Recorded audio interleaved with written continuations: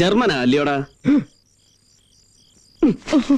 ഒന്ന് പാളിയല്ലോടാ രണ്ടും. എന്നാ പറ്റി? നിന്റെ തന്തയും എവന്റെ ഉടപ്പറന്ന 2 ചെറ്റകളും കൂടെ എനിക്ക് കൊടുത്തയച്ച സമ്മാനമാ ഈ വണ്ടി നിറച്ച്, അല്ലയോടാ?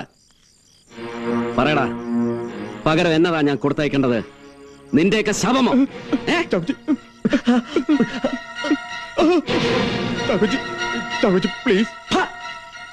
ചുമ്മാ തോക്കിന്റെ തുമ്പൊന്ന് തടിയെ കൊള്ളിച്ചപ്പോ ചോര ആവിയായി പോയി രണ്ടിന്റെയും.